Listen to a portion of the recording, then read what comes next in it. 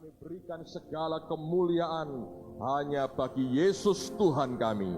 Di dalam nama Tuhan Yesus. Dan semua kita yang percaya berkata, amin. Berikan kemuliaan bagi Tuhan kita pagi ini. Silakan duduk saudara.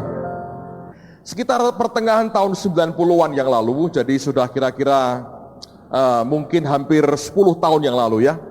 Ada sebuah fenomena yang menarik terjadi di sebuah gereja kecil di kota Toronto di Kanada. Ada seorang hamba Tuhan bernama John Arnott mengalami lawatan Tuhan. Gerejanya kecil sekali sebetulnya. Dan ketika dia mengalami lawatan Tuhan, dia mengalami suatu fenomena yang aneh dalam lawatan itu. Itu untuk pertama kalinya orang mulai kenal namanya kata jerking. Kalau Anda masih ingat itu, ada orang yang ketika dilawat Tuhan itu bisa bungkuk-bungkuk begini saudara. Itu bisa berjam-jam gak bisa berhenti. Setelah selesai sakit semua itu perutnya. Tapi itu namanya jerking. Lalu sebelumnya memang ada orang kenal namanya holy laughter. Dan orang tertawa dalam roh. Dan itu orang tertawa, orang jerking. Segala macam manifestasi yang aneh-aneh yang luar biasa sebetulnya. Dan ternyata fenomena itu menarik bagi banyak orang. Karena ada peristiwa yang aneh. Setiap kali ada hamba Tuhan dari gereja lain datang ke sana, pengen lihat sebetulnya apa yang terjadi. Lalu kemudian si hamba Tuhan itu pulang ke gerejanya, itu nanti bisa nular saudara. Jadi makin lama orang dari berbagai penjuru dunia datang ke Toronto, sampai pada waktu itu ada istilah namanya Toronto Blessing atau berkat yang dari Toronto sebetulnya. Dan begitu banyak hamba-hamba Tuhan dari seluruh dunia kumpul di sana. Dari gereja kecil berkembang jadi yang hadir banyak sekali, tapi sebagian besar itu bukan jemaat sebetulnya, tapi orang dari berbagai penjuru dunia datang ke sana pengen lihat apa yang terjadi. Lalu mereka punya istilah namanya catch the fire, bisa menangkap akan apinya. Suatu hari saya ditelepon oleh pendeta Jimmy Untoro, dan dia cerita dengan saya. Dia berkata, wah aku ini mengalami hal yang luar biasa. Dia dengan rombongan pendeta-pendeta Amerika, dia ke sana dan dilawat Tuhan. Ketika dia pulang ke Indonesia, di gereja dia waktu itu terjadi lawatan yang sama. Dan dia bersaksi, ini yang aneh. Pada waktu itu gereja-gereja saya yang di Amerika lagi buat retreat. Nah saya per telepon ngomong sama mereka, sharing, say hi katanya. Baru ngomong begitu, mereka yang mendengarkan saya bicara ngalami lawatan, pada jerking, tertawa, rebah, gak karu-karuan. Pokoknya itu secara manusia kacau balau, tapi yang ngalami katanya enak sekali. Nah saya berkata begini, wah kalau kamu bisa begitu, saya perlu lihat ke sana. Lalu kemudian tahun berapa itu ya kita ke sana, 96 ya, rombongan ini, Pak Ardian juga ikut, beberapa teman ikut. Jadi kami nekat pergi ke Toronto. Dan kami mengalami mujizat Tuhan, banyak hal sebetulnya. Tapi saya persingkat saja. Sampai di sana saya bawa anak saya Samuel dan Kesia kalau nggak salah ya. Dan Samuel masih kecil sekali. Kebaktian berlangsung kan itu kan beda jamnya kan ngeri dengan kita. Dia tidur di kursi gereja, diompoli sama dia. Kalau ada orang pernah ngompoli bangku gereja itu anak saya saudara. Tidur ngompol ya. Mah basah katanya. Gerejanya orang diompoli. Jadi dan kami didoakan, tapi saya perhatikan ya, yang ngalami cuma satu, tok. Yang lain itu nggak tahu, terlalu cool kali ya, didoakan ya rebah, bangun ya hanya senyum, enak rasanya. Tapi satu yang sampai mabok betul, dan ketika dibawa keluar itu sudah nggak bisa jalan, saudara, sudah gentayangan. Dan ini sebetulnya hebatnya lawatan ini. Sampai sebetulnya angka turisme di Toronto itu melonjak tinggi sekali. Dan income begitu besar masuk buat kota. Sampai di airport, itu imigrasinya ada khusus. Kalau mau ke gereja Toronto, itu bisa punya line sendiri saudara. Tidak gabung sama yang lain, diistimewakan. Sampai begitu. Dan tadinya imigrasi Kanada tidak percaya, masa semua orang mau ke gereja. Pernah sekali mereka mendadak dicek di sana. Apa betul dia berkata, ada orang ini dari negara ini datang ke tempat ini. Oleh pendetanya diundang ke depan petugasnya, dia berkata, mari kita cek siapa dari negara ini, pada berdiri seluruh dunia. Luar biasa. Dan itu yang namanya catch the fire. Nah kami pulang dan yang ngalami cuma satu. Setelah itu kira-kira sebulan atau 2 minggu setelah itu kami ada retreat aktivis sebetulnya di Bandungan. Nah teman yang ngalami lawatan itu nggak ikut. Jadi kami aja. Lalu kemudian cerita-cerita apa yang terjadi. Hanya itu sebetulnya. Dan kami nggak ngalami sesuatu yang sampai ketawa-ketawa sampai jerking itu enggak. Kami biasa aja. Lalu hanya cerita-cerita begitu. Tiba-tiba saya masih ingat itu. Ini masalah pertama muncul, Pak Triwaryanto. Orang lagi sharing, dia ketawa sendiri. Ketawa tidak bisa berhenti, saudara. Dan hebatnya nular. Loh kok aneh? Itu berlangsung berbulan-bulan kami alami di gereja. Sampai jadi heboh. Timbul masalah. Ada hamba Tuhan yang tidak happy dengan itu. Dia ambil rekamannya, diseminarkan di mana-mana. Kadang-kadang saya bilang, heran juga ya kita ini orang Kristen ini hobinya nembak orang sesama anak Tuhan. Berburu di kebun binatang hobinya. Jadi, tapi ya sudah, memang orang nggak seneng, gimana ya, itu kan haknya dia. Memang tidak izin juga sih minta rekamannya, tapi anyway, itu yang terjadi tahun-tahun itu. Seluruh dunia mengalami, Anda kemana-mana orang bicara turn to blessing.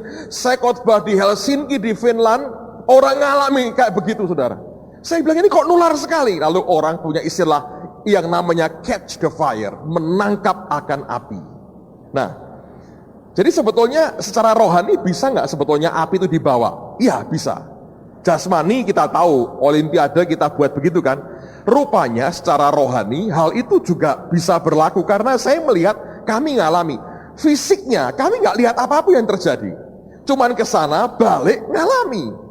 Kok bisa? Kan kita nggak ngajari jerking harus begini, ketawa harus begini. Enggak tuh.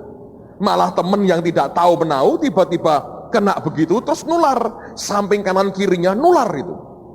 Orang kedua yang kena saya masih ingat namanya Arif. Sampai sekarang masih di tengah-tengah kita. Saya harap setelah ini jerking lagi seperti dulu.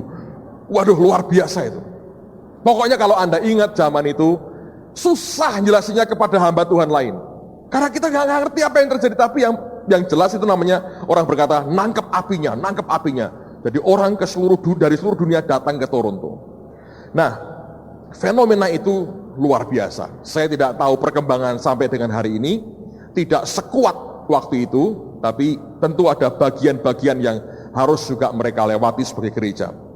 Nah, kemarin Pak Petrus Hadi cerita, saya tanya dengan dia begini, kamu itu sebetulnya ngapain sih? Kok kamu undang ke Temanggung itu, kamu itu dapatnya dari Tuhan apa? Dan saya berkata, rasanya tidak sama dengan yang akan terjadi di Semarang, tapi kenapa kamu ngotot sekali kamu ingin dibuat di Temanggung? Dan belakangan Pak Yusak sudah setuju untuk datang. Saya berkata, apa yang dalam hatimu, saya pengen ngerti. Lalu kemudian dia cerita ini. Dan ini cerita dia dapatkan dari Pak Timotius Arifin, gembala GBI yang di Denpasar, Bali ya. Nah beliau cerita begini, ini fakta sejarah. Tahun 1928 kita hampir lahir itu saudara. Sekian puluh tahun kemudian. Tapi belum, siapa yang sudah lahir tahun 1928? Nggak ada, oke, jadi aman. Anda percaya aja lah, wong sama-sama belum lahir. Ini fakta sejarah yang cerita Pak Timotius Arifin. Ada seorang suster Belanda, zaman itu kita belum merdeka. Ini suster Belanda, tentu suster Katolik ya. Dan dia itu sakit paru-paru. Dia bertugas di Jawa, oleh dokter dikatakan kamu harus istirahat di tempat yang dingin tapi tidak boleh terlalu lembab. Jadi dingin tapi cukup kering. Nah, oleh saran beberapa orang, itu dia diistirahatkan di sebuah desa di dekat Temanggung. Saya tulisi nama desanya tuh. Namanya kalau Anda mau ngecek silahkan. Namanya desanya Gambang Waluh. Sampai sekarang masih ada. Nah, ketika dia di sana, dia beberapa saat memang tinggal di desa itu dan tadinya tidak ada anak Tuhan sama sekali. Lalu kemudian lewat beberapa pengalaman rohani, suster ini Belanda ini mengalami namanya baptisan Roh Kudus. Dia berbahasa roh, dia nyembah Tuhan. Dan tahun itu jarang dan langka terjadi. Sekarang semua anak Tuhan harusnya nyembah dalam bahasa roh, tapi tahun itu jarang terjadi. Ketika dia mengalami itu, desa itu mulai mengalami lawatan Tuhan. Orang-orang mulai bertobat dan mulai terima Yesus. Bahkan waktu mereka nyembah Tuhan itu jarak sekian kilo, penyembahan mereka didengar oleh warga yang tinggal di sekitar desa itu. Dan mulailah satu demi satu mereka percaya kepada Tuhan Yesus. Bahkan sebetulnya ketika suster itu meninggalkan desa itu, seluruh desa sudah milik Yesus. Sayang memang, orang-orang sekitar itu, anak-anak Tuhan, skeptik. Mereka menyerang habis-habisan, mereka berkata ini sesat segala macam. Dan mereka memadamkan roh sehingga sekarang sebetulnya mungkin sudah nggak ada bekasnya lagi. Tapi itu kenyataan sejarah yang terjadi. Nah, apa yang terjadi sebetulnya? Pada tanggal 2 atau 3 Agustus, tidak terlalu jelas, tapi antara tanggal 2 atau 3 Agustus 1928, terjadi fenomena ilahi yang luar biasa di desa itu. Di satu tempat itu, sampai sekarang katanya, saya kapan-kapan mau lihat sana, itu katanya ada tempat yang mereka beri tanda di situ. Itu muncul seperti pengalaman Musa, ada semak yang kebakar, tapi tidak hangus. Dan itu burning bush namanya ya. Jadi seperti semak tanaman, itu ada apinya. Dan itu physically mereka bisa lihat secara fisik. Dan mereka berkata, ini seperti Musa. Lihat ada tanaman, ada apinya, tapi nggak kebakar. Hanya 1 hari aja. Antara tanggal 2 atau tanggal 3 Agustus 1928. Nah, itu sebetulnya cikal bakal dari revival yang melanda akan negara ini sebelum Soe tahun 65, sebelum kemudian tahun 60-an juga di Surabaya mengalami. Nah, terakhir ini Pak Arifin ketemu Pak Petrus Hadi sekian waktu yang lalu. Ketika dia mendengar apa yang Tuhan kerjakan di tengah-tengah kita, dia tertawa, dia berkata, saya tidak heran. Karena sekarang secara geografisnya pemerintahan, desa itu masuk Kabupaten Semarang. Walaupun lokasinya dekat dengan Temanggung, tapi dalam pembagian perwilayahan itu masuk Kabupaten Semarang. Dia berkata, tidak heran di sekitar areal ini, api itu masih ada. Dan tinggal dia akan bergerak kemana. Dan itu yang harus dikejar, dia berkata. Karena kalau orang mendapatkan api yang dari Tuhan, awal kegerakan rohani di Pulau Jawa itu, sesuatu yang luar biasa akan terjadi. Dan dia cerita dengan saya, dia berkata, itu yang jadi kerinduan hati saya sebetulnya. Karena saya melihat tanpa kamu mengerti, itu api ada di kota ini. Dan dia berkata, aku mau api itu kembali juga ke daerahku. Supaya roh Tuhan juga bergerak di Jawa di bagian selatan. Dan banyak orang dibawa kepada Yesus. Amen, saudara. So kita hidup dalam zaman yang sangat menarik. Dan saya ingin sekali melihat apa yang kelak akan Tuhan kerjakan buat saya. Ini hal yang luar biasa. So sekali lagi, siapkan hati. Karena Tuhan akan hadir sebagai Raja dalam kehidupan kita. Ingat, kalau dia muncul sebagai Raja, perubahan nasib yang luar biasa akan dimulai. Dan kegerakan rohani besar akan mulai terjadi dengan cara Tuhan yang tidak pernah kita duga sebelumnya. Nah, malam pagi ini kita masih menyiapkan hati. Dan mari kita lihat lagi Ester pasal 5 sekarang. Saya akan ajak Anda lihat mulai ayat yang ke-9 sampai dengan ayat yang ke-14. Lalu kita akan lihat dari pasal yang ke-6 sampai dengan ayat pasal 6 ayat yang pertama, juga sampai dengan ayat yang ke-14. Ini cukup panjang, Anda perhatikan di Alkitabmu, saya akan coba membacakan, dan mari kita lihat akan rangkaian kisah ini memberikan pelajaran yang sangat berharga buat kita. Ester pasal 5 ayat 9. Pada hari itu keluarlah Haman dengan hati riang dan gembira, tetapi ketika Haman melihat Mordekai ada di pintu gerbang istana raja, tidak bangkit dan tidak bergerak menghormati dia, maka sangat panaslah hati Haman kepada Mordekai. Tetapi Haman menahan hatinya, lalu pulanglah ia ke rumahnya dan menyuruh datang sahabat-sahabatnya dan Seres istrinya. Maka Haman menceritakan kepada mereka itu besarnya kekayaannya, banyaknya anaknya laki-laki, dan segala kebesaran yang diberikan raja kepadanya, serta kenaikan pangkatnya di atas para pembesar dan pegawai raja. Lagi kata Haman, tambahan pula tiada seorang pun diminta oleh Ester sang ratu untuk datang bersama-sama dengan raja ke perjamuan yang diadakannya, kecuali aku, dan untuk besok pun aku diundangnya bersama-sama dengan raja.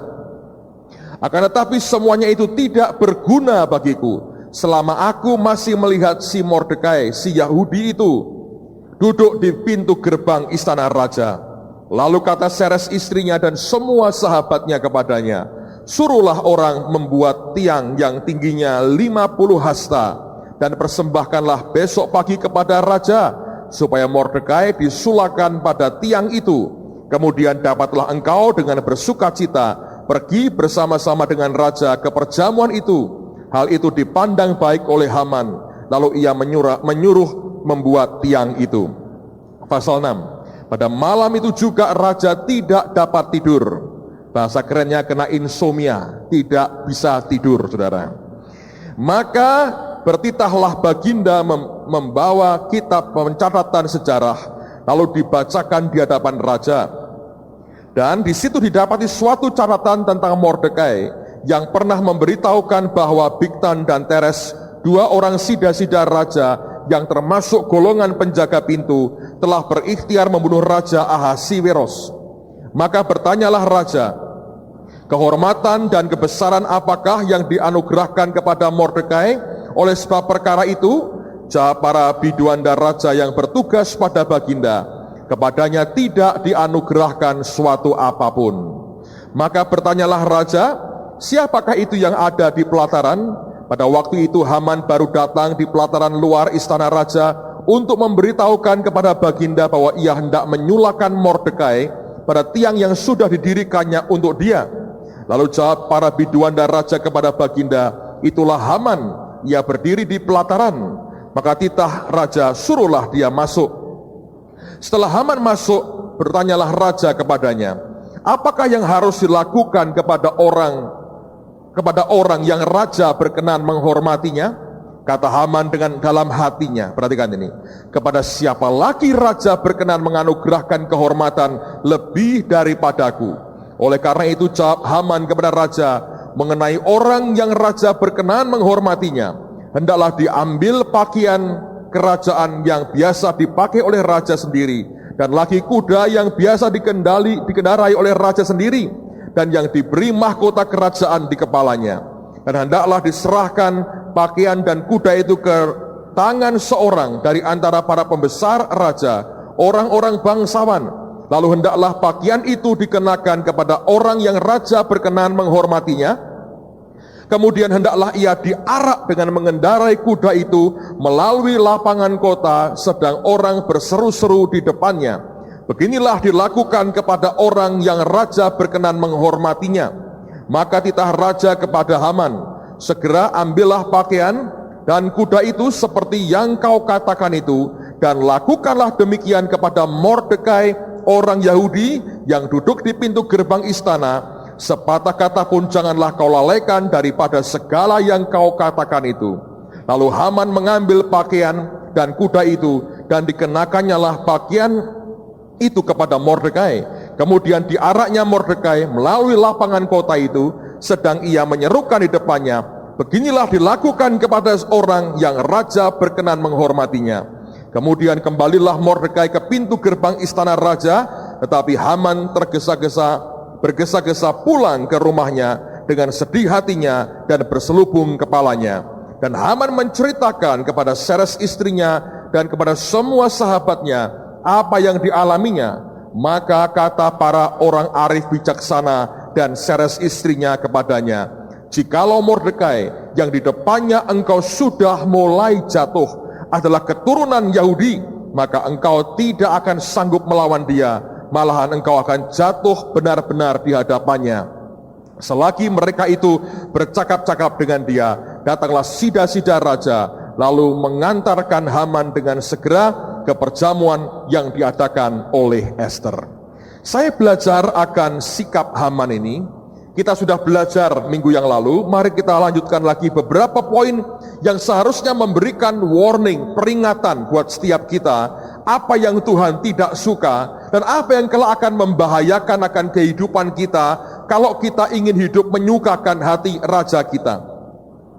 Kalau saudara perhatikan ya, Haman ketika dia panas hatinya, dia kumpulkan seluruh sahabatnya dan juga istrinya. Dia menceritakan akan semua keluh kesahnya. Dia berkata, aku ini diberkati, aku ini kaya, punya pangkat, anak lakiku banyak. Aku ini paling dihormati raja, lebih dari semua pembesar. Dia berkata, tapi semua sia-sia. Setiap kali aku melihat Mordekai di pintu gerbang, karena Mordekai tidak mau menghormati aku. Saya pernah katakan, ada sikap yang salah ketika ada satu persoalan dalam hati kita. Kita menyelesaikan dengan cara yang gegabah dan ceroboh.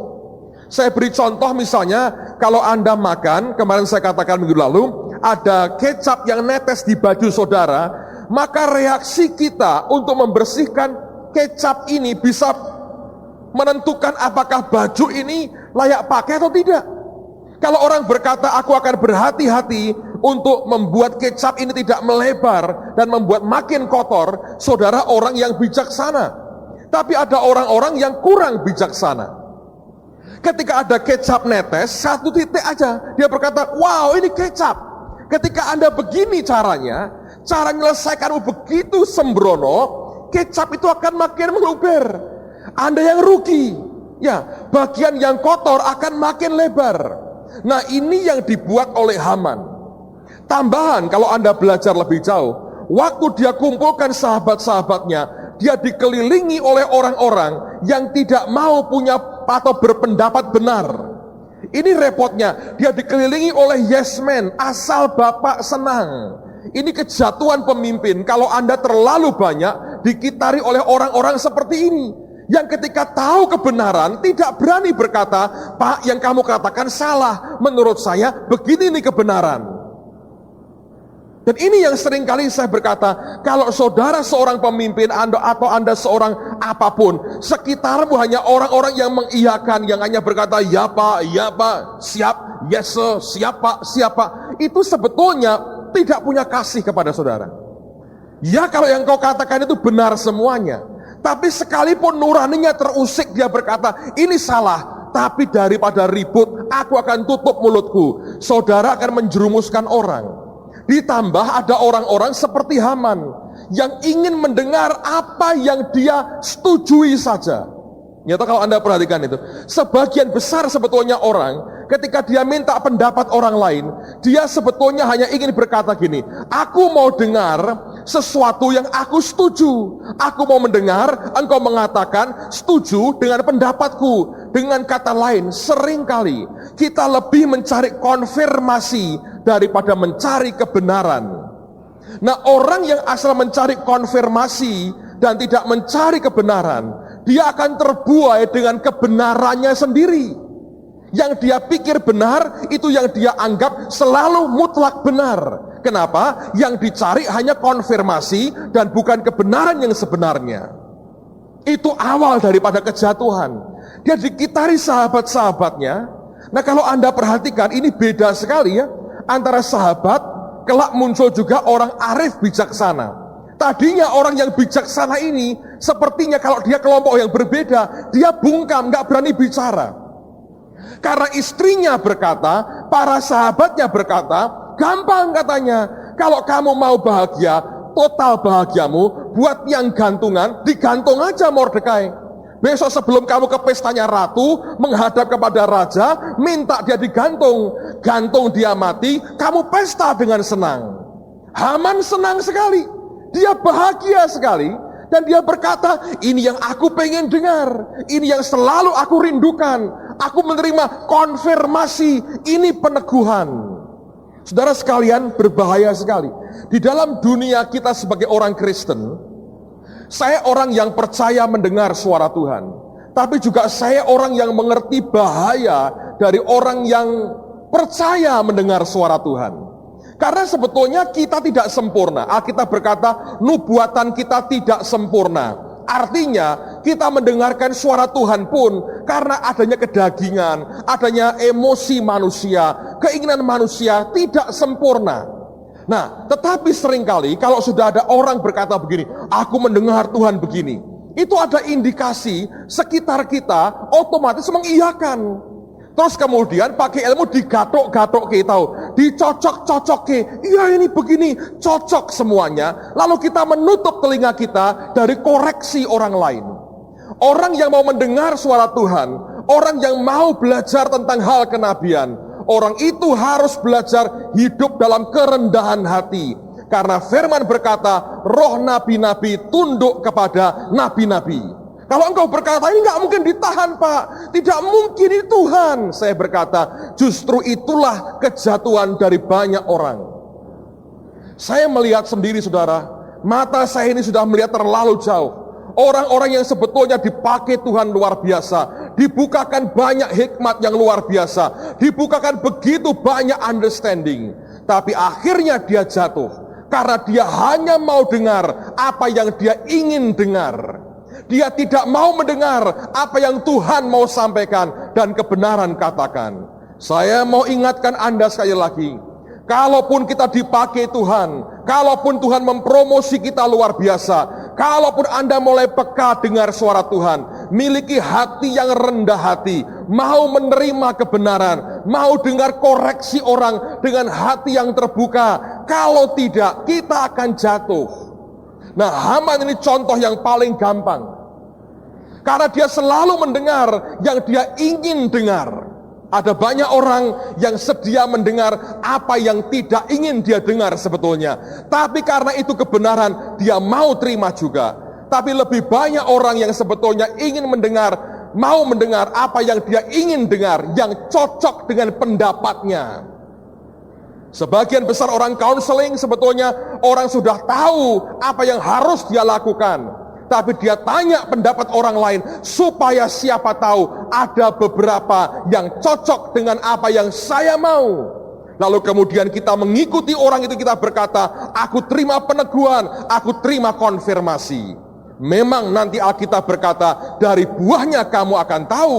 Tapi kalau nunggu dari buahnya dan di awalnya tidak ketahuan, saudara akan mengalami kerugian yang luar biasa. Haman terlalu congkak, kesombongannya tidak bisa ditundukkan lagi. Dia selalu berkata bahwa, oh aku ini orang nomor 2, aku bisa berbuat apapun yang aku mau. Dia hanya ingin dengar apa yang dia yakini. Dia mau berkata, ayo berpendapat. Kalau pendapatnya menentang kemauannya, dia tidak pernah mau dengar. Dan orang yang seperti ini, akhirnya ketika kebenaran datang kepadanya, sudah terlambat. Kalau Anda lihat di pasal yang ke-6 tadi, Alkitab berkata, maka kata para orang arif bijaksana dan Seres istrinya. Nah ini istri yang repot juga. Dia mengalir kemana angin bergerak. Gitu. Ketika suaminya mau benci Mordekai, ini nyonya yang gawat loh saudara. Ketika tahu ini arahnya kepada kebencian, dia berkata, kasih kematian ujungnya. Ketika dia tahu suaminya bakal jatuh, ikut-ikut ngomong kepada orang yang memberi nasihat. Kalau Anda membaca dalam beberapa catatan hamba Tuhan, sebetulnya ada cerita di belakang Alkitab ini yang itu merupakan tambahan ya. Itu ketika Mordekai dimuliakan, kan Haman di depannya itu. Dia sambil bawa kudanya begini, dia jalan, dia berteriak, inilah orang yang raja berkenan, inilah orang yang dihormati Tuhan. Nah, itu anak perempuannya si Haman dari loteng rumahnya melihat begitu. Dia mengira yang naik kuda itu bapaknya, yang teriak-teriak itu Mordekai.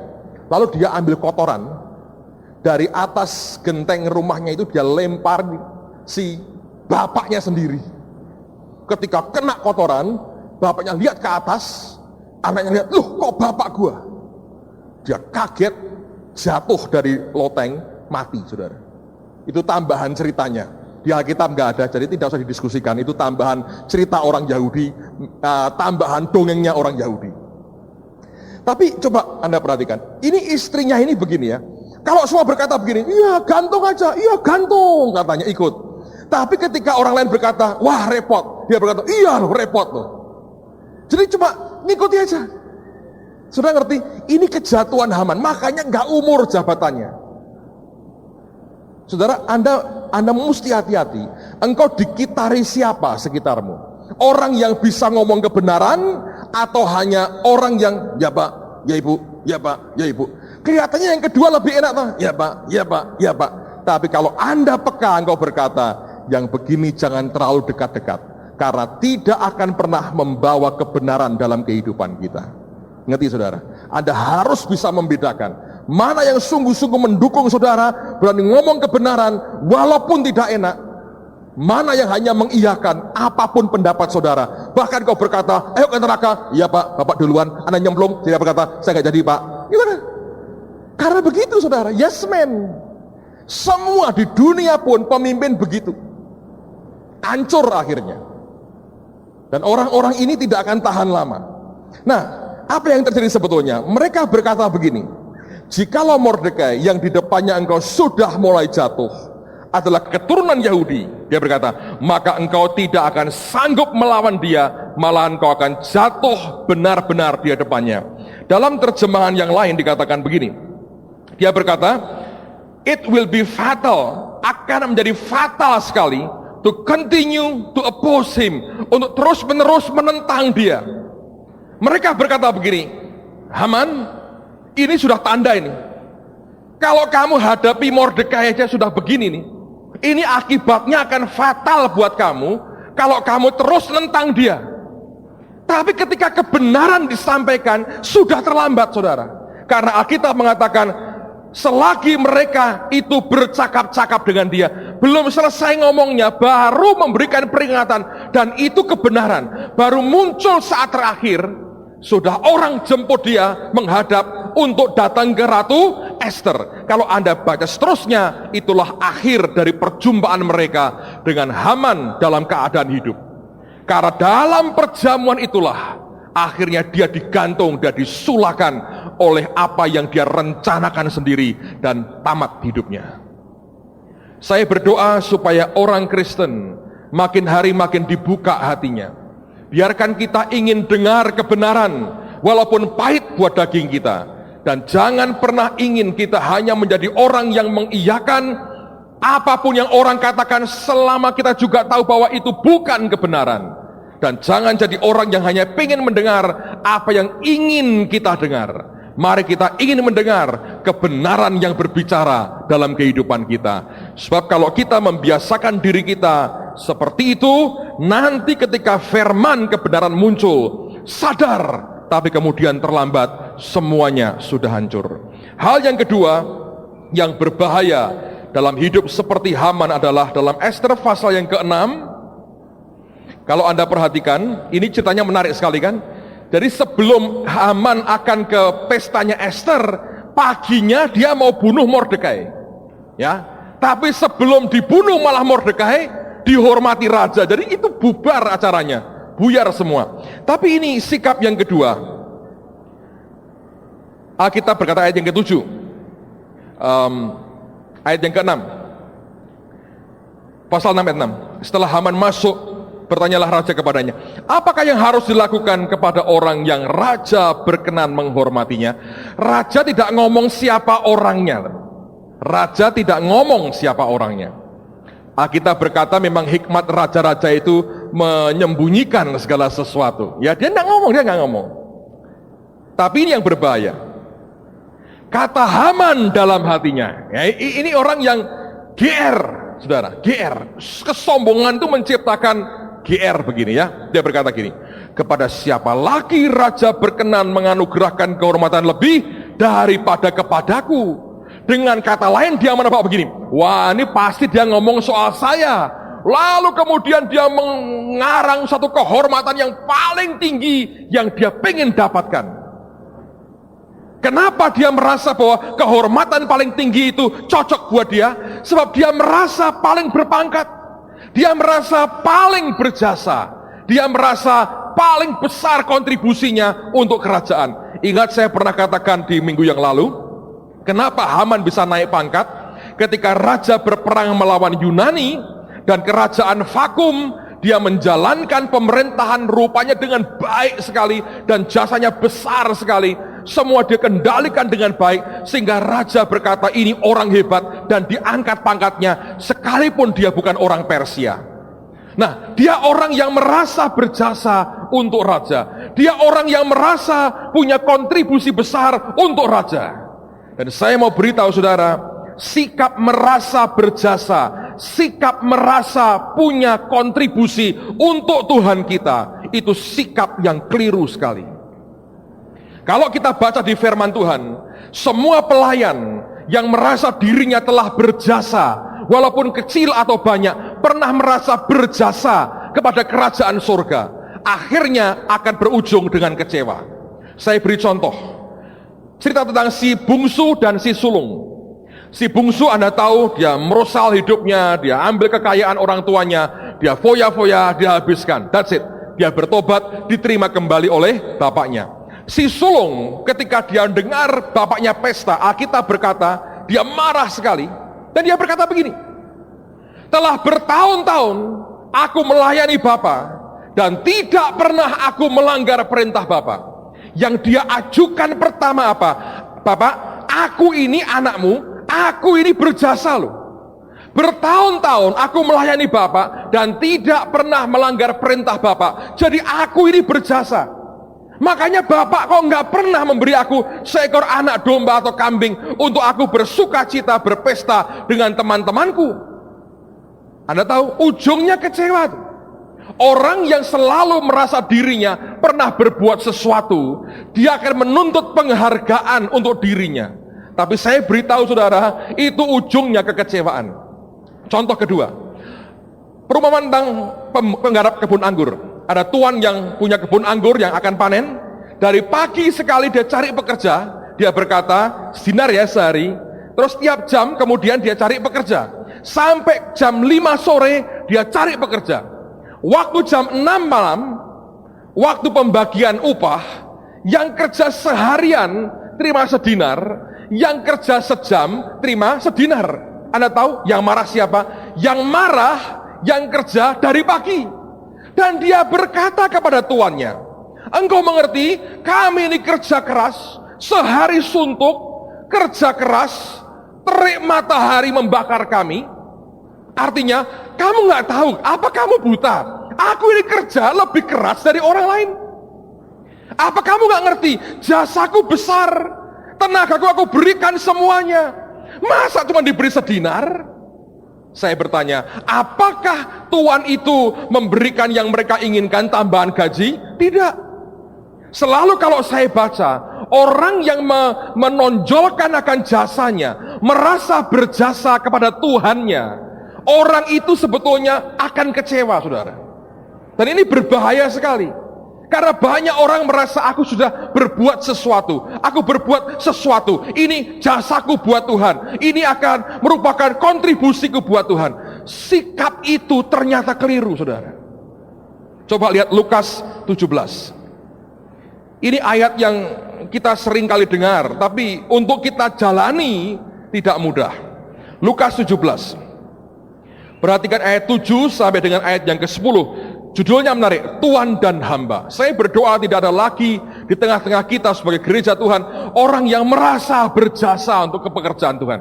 Jangan, saudara, jangan. Nanti kita akan tahu mengapa. Itu mengecewakan dan akan membawa bahaya besar dalam kehidupan kita. Lukas 17 ayat yang ke-7. Siapakah di antara kamu yang mempunyai seorang hamba yang membajak atau menggembalakan ternak baginya, akan berkata kepada hamba itu setelah ia pulang dari ladang, mari segera makan. Artinya, pertanyaan ini adalah pertanyaan yang tidak perlu dijawab. Artinya, tidak akan. Oh, dia sudah kerja keras di ladang, ya sudah. Apa yang terjadi kemudian? Ayat berikutnya. Bukankah sebaliknya, ia akan berkata kepada hamba itu, sediakanlah makanan, ikatlah pinggangmu, dan layanilah aku sampai selesai. Aku makan dan minum, dan sesudah itu engkau boleh makan dan minum. Terus diberkatakan, adakah ia berterima kasih kepada hamba itu karena hamba itu telah melakukan apa yang ditugaskan kepadanya? Jawabnya apa, saudara? Tidak kan? Tidak perlu terima kasih kan? Tidak perlu. Kalau kita kan berkata apa? Ya harus terima kasih. Oh, saya sudah ngerjakan semua. Karena engkau merasa sudah mengerjakan, engkau merasa sudah berjasa. Ayo, dalam pelayanan, dalam gereja, ini ayat nggak berlaku. Orang kalau sudah kerja keras misalnya, saya ambil contoh aja. Anda ada kepanitiaan, ada KKR, di mana? Di gereja atau di mana ya? Anda kerjaannya bagian ngatur kursi. Lalu diatur begini, diatur kursinya diatur. Oh, kita rubah kursinya jadi melingkar. Waduh, 3-4 orang semalaman kerja keras. Lalu kemudian 1 jam sebelum acara dimulai, ada orang nggak tahu. Lalu kemudian berkata begini, "Lu kok melingkar?" Atau mungkin pendetanya berkata, "Lu kok melingkar?" Kata pendetanya, "Aku mau lain ini, dibuat kotak aja. Jadi, ayo bongkar lagi." Ngamuk nggak kira-kira? Mangkal nggak? Aku kerja, tak tidak tahu jasa orang. Ini tenaga cuma dapat nasi bungkus 3. Bener nggak saudara? Terima kasih tidak, suruh ngerombak lagi. Perasaan dong dengan jasa kerjaannya orang lain. Ayo, betul nggak? Sebagian besar orang merasa berjasa, karena itu ingin diterima kasihin orang. Saya pakai istilah bahasa Jawa, selalu ingin diwongke, gitu. Diketek tidak mau, diwongke maunya gitu. Oh gitu, nggak bisa. Kalau dikritik marah. Oh, ini kan kerjaan saya, ini kan hasil saya, ini kan saya. Saudara akan kecewa. Lalu Tuhan berkata begini, ayat berikutnya, ini populer sekali, tapi susah jalaninya. Hanya untuk orang lagi jengkel aja kalau keluar ayat ini. Tapi ini bukan untuk ayat untuk jengkel, saudara. Ini kenyataan dalam kehidupan kita. Nah, kita berkata, demikian jugalah kamu, apabila kamu telah melakukan segala sesuatu yang ditugaskan kepadamu. Jadi, kerjakan yang ditugaskan. Ingat loh, jangan yang tidak ditugaskan. Ini kuncinya. Kamu ngerjakan yang ditugaskan. Nah, mengapa orang tidak bisa punya sikap hati yang pokoknya ini Tuhan semua? Karena seringkali mengerjakan yang tidak ditugaskan. Dalam kerajaan surga banyak orang kerja tanpa penugasan dari Tuhan. Tapi Yesus ngajar begini, demikian juga kamu apabila kamu telah melakukan segala sesuatu yang ditugaskan kepadamu, hendaklah kamu berkata, kami adalah hamba-hamba yang apa? Tidak berguna. Wah, orang berkata, nggak bisa Pak, saya ini orang berguna. Saya orang berjasa. Saya dulu pernah berkata, kita ini cuma pincuk. Makan nasi ayam, makanlah dalamnya, buang pincuknya. Kalau pas lagi jengkel, tidak dihormati orang, baru berkata, yalah pincuk, saya ini pincuk, katanya gitu. Tapi itu ngomongnya sambil mangkel, itu bukan pincuk. Itu pincuk tidak tahu diri sebetulnya. Ini seringkali saya dengar orang kalau lagi jengkel, sakit hati, ini keluar ayatnya ini. Memang awake dhewe ki pincuk, dibuang, diinjak-injak. Ya sudah, diem aja lu pincuk. Tapi kok teriak-teriak begitu? Karena mangkel sebetulnya. Inginnya bukan pincuk, tapi piring emas. Kalau Anda tahu kalau makan dengan piring emas, tidak boleh kotor. Diplastiki dulu luarnya. Ya toh, kalau emasnya kebaret-baret kan rugi. Tapi kita ini pincuk memang. Alkitab berkata begini, demikian jugalah apabila kamu telah melakukan segala sesuatu yang ditugaskan kepadamu, hendaklah kamu berkata, kami adalah hamba-hamba yang tidak berguna, kami hanya melakukan apa yang kami harus lakukan, karena ini penugasan Tuhan, aku kerjakan. Kalau selesai, semua karena dia, aku cuma pincuk, dibuang, hilang. Ayo, ini kalau Anda perhatikan ya, langka loh hati begini saudara. Karena orang selalu ingin dihormati atas apa yang dia rasa dia telah kontribusikan. Sehingga ketika orang mengkritik aja, keluar pembelaannya luar biasa. Karena merasa tidak menghormati jerih payahku. Dan ini merupakan perjuangan yang tidak mudah saudara. Dan apa bahayanya? Ayat terakhir saya mau sampaikan kepada Anda. Bahaya yang paling besar adalah apa? Lihat di Matius 7. Matius pasal 7. No, ini bukan ayat terakhir, sorry. Matius pasal yang ke-7. Matius 7 ayat yang ke-21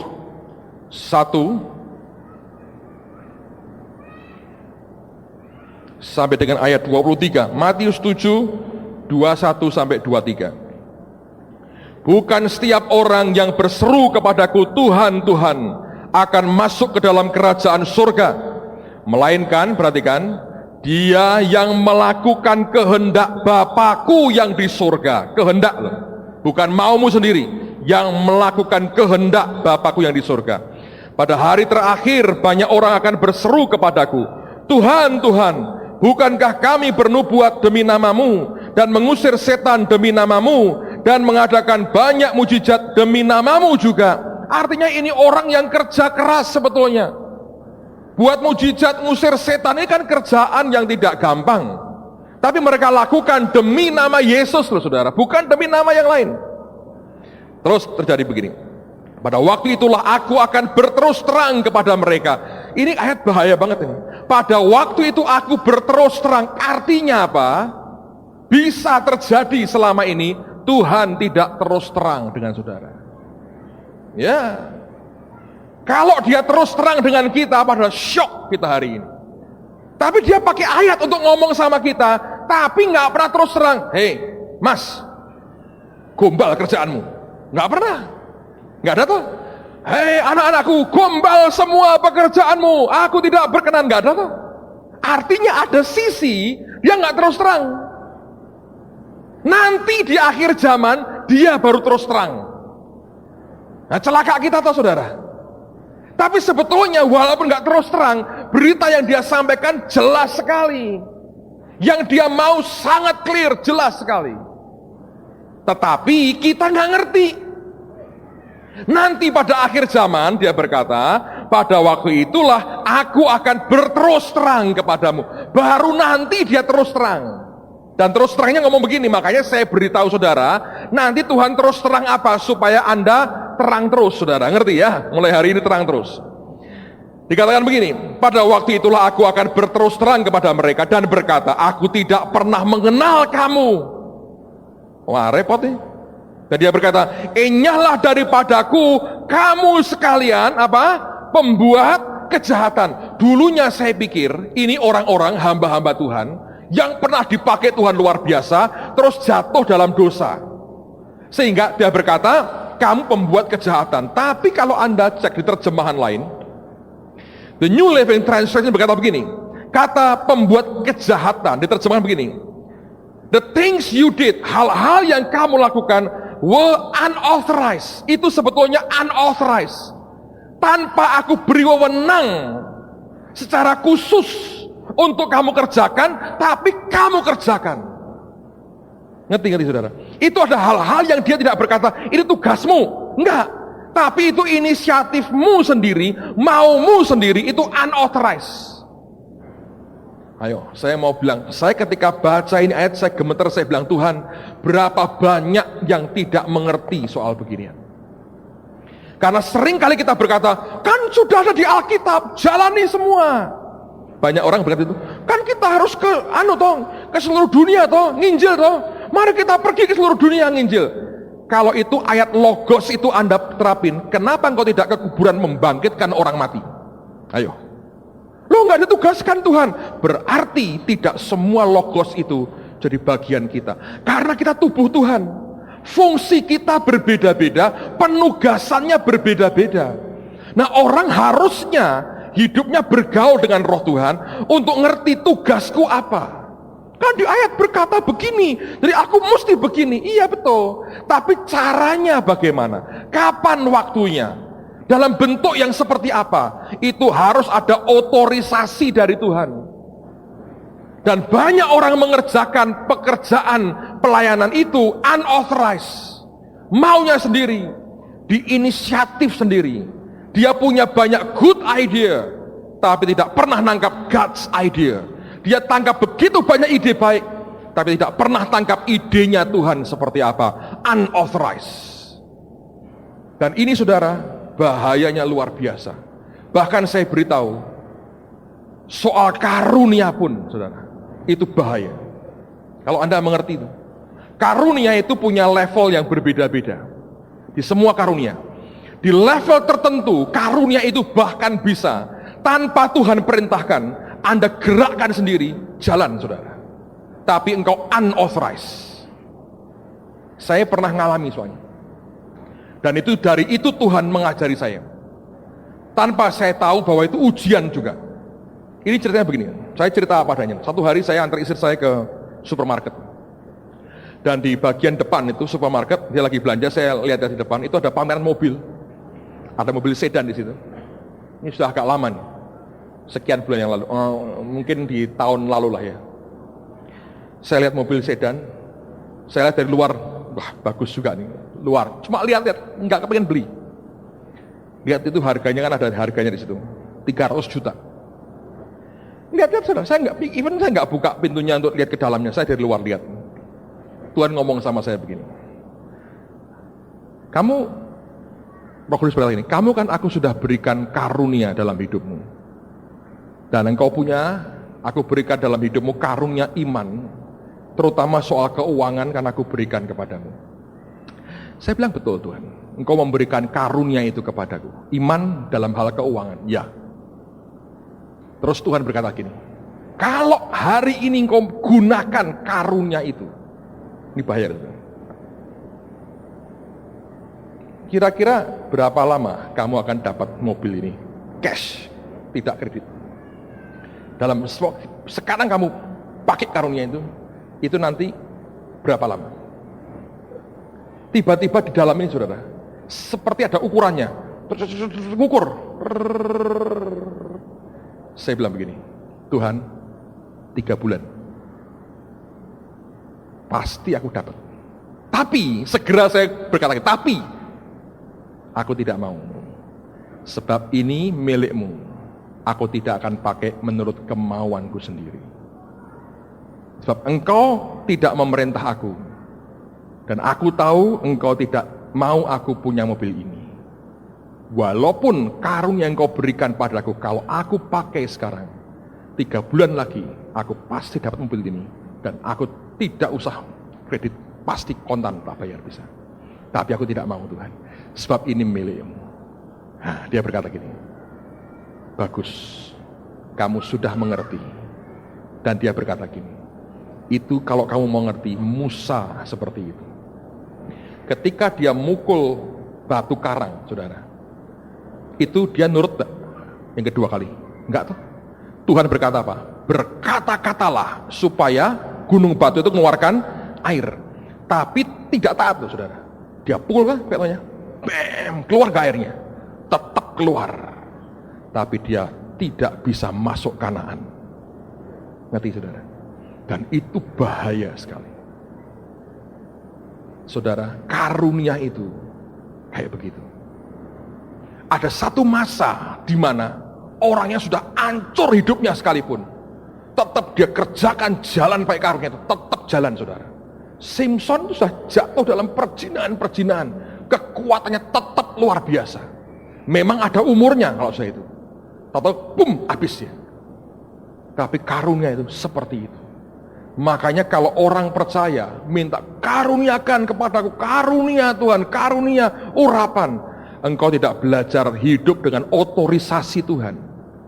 Lakukan yang jadi jatahmu, saudara, bahaya sekali. Satu hari ngadep Tuhan, Anda teriak, Tuhan, Tuhan, dia berkata, aku gak kenal kamu. Aku terus terang nih sama kamu sekarang. Makanya sebelum nanti dia terus terang, Anda tak terus terangi sekarang. Supaya terang terus setelah hari ini. Kayak lampu itu, saudara. Ya toh, dia berkata, daripada nanti-nanti. Dia bilang, yang kamu kerjakan unauthorized. Dan kenapa jahat? Simple. Unauthorized itu begini, tanpa izin, tanpa wewenang. Saya beri contoh ini, saudara. Kenapa dia marah dengan kita? Kalau saya ini penjahit misalnya, saya penjahit, ya. Istri saya ini punya sutra yang bagus sekali. Datang kepada saya, penjahit. Bukan penjahat, penjahit, saudara. Lalu berkata begini, saya mau buatin gaun untuk acara intimate, misalnya begitu. Jadi saya mau buat gaun. Oh ya, Saya ambil sutranya, saya ambil gunting, oh iya, saya potong, saya jahit, saya kasih bordir, kasih mutiara, kasih berlian, kasih, nih jadi, dia happy nggak? Anda kalau datang ke penjahit, Anda punya baju kain mahal sekali, kain halus, sutra halus dari India, Anda berikan, oh iya, langsung dipotongin sama dia, dibuat, teriak-teriak nggak kira-kira yang punya kain? Teriak tuh. Lah ukuran saya aja nggak tahu berapa, saya pengen yang seperti apa aja nggak tahu. Ternyata bukaan semua begini-begini, jadinya ngamuk nggak orangnya saudara? Ngamuk. Tapi kain sudah terlanjur dipotong, rusak nggak? Rusak. Dikembalikan bisa nggak? Balik lagi? Nggak bisa. Makanya saya beritahu ya, dengan jiwa-jiwa dalam pelayanan terutama, jangan dibuat mainan saudara. Sebab kalau para pelayan Tuhan unauthorized main sikat begini, tanpa ngerti Tuhannya mau apa, yang punya jiwa-jiwa ini ngamuk saudara.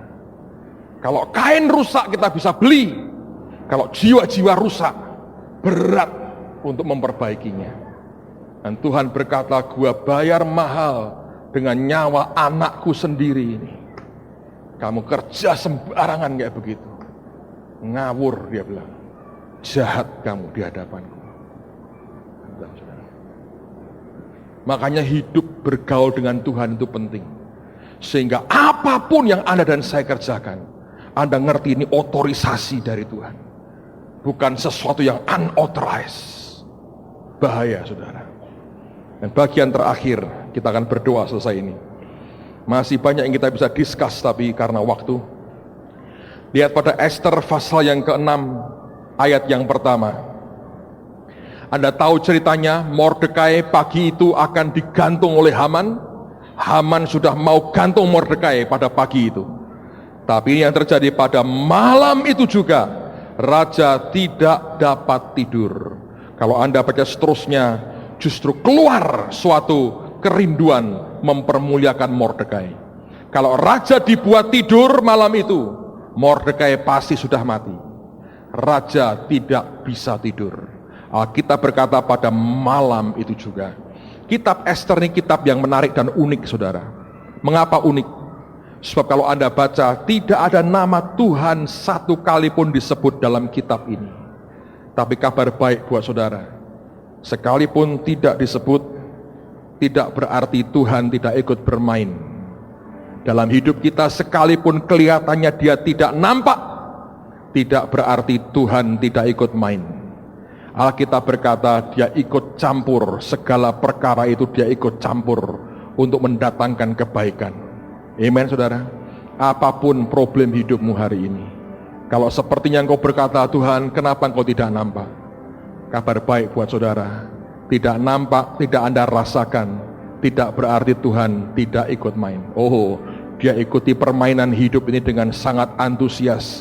Dia mendampingi kita setiap saat. Dia tidak pernah meninggalkan kita, tidak pernah terlelap dan tidak pernah tertidur. Kalau engkau sedang punya masalah, engkau berteriak, Tuhan di mana engkau? Percayalah, sekalipun engkau tidak merasakan apa-apa, Tuhan di dekat saudara, di sampingmu dan di dalam hidupmu. Tidak nampak, tapi dia pemain aktif saudara. Amen. Dia main aktif dalam hidupmu, dan semua akan dia atur untuk mendatangkan kebaikan bagi orang-orang yang mengasihi dia. Saya berdoa tidak ada orang pernah ragu-ragu lagi. Baca kitab Esther, tidak pernah disebut satu kali pun nama Tuhan di dalamnya. Tidak ada sama sekali. Tapi kalau Anda baca kisah ini semua Tuhan, semua yang main. Dia pencet setan, dia tekan Haman, dia angkat Mordekai, dia promosikan Esther, dia buat raja tidak bisa tidur, insomnia, kena kopi 3 liter, dia buat ini, dia buat itu, dia atur semua. Di balik semua kisah ini, dia sutradara agung yang luar biasa. Ingat Tuhanmu, tidak nampak, tidak berarti tidak ikut bermain. Katakan kepada sebelahmu, kalau Tuhan tidak nampak, tidak berarti tidak ikut main.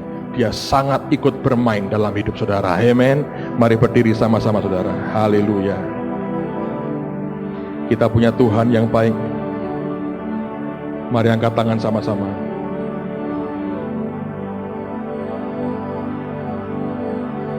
Bapak, berikan pengertian kepada kami. Ajari supaya kaki hidup kami tidak melangkah gegabah ya Tuhan. Ajari supaya kaki hidup kami tidak melangkah gegabah.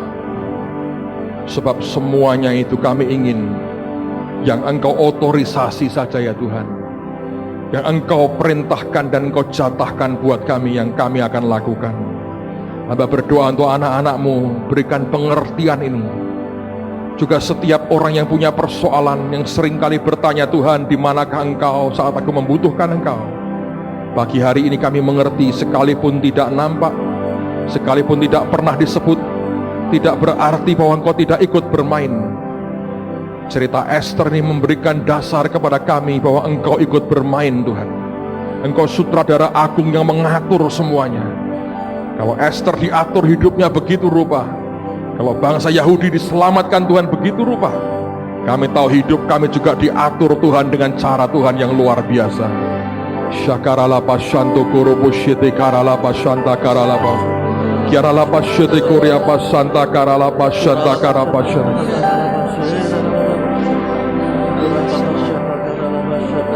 Ajar kami mengenal, ajar kami mengenal. Terima kasih Tuhan. Ini doa kami ya Tuhan. Terima kasih.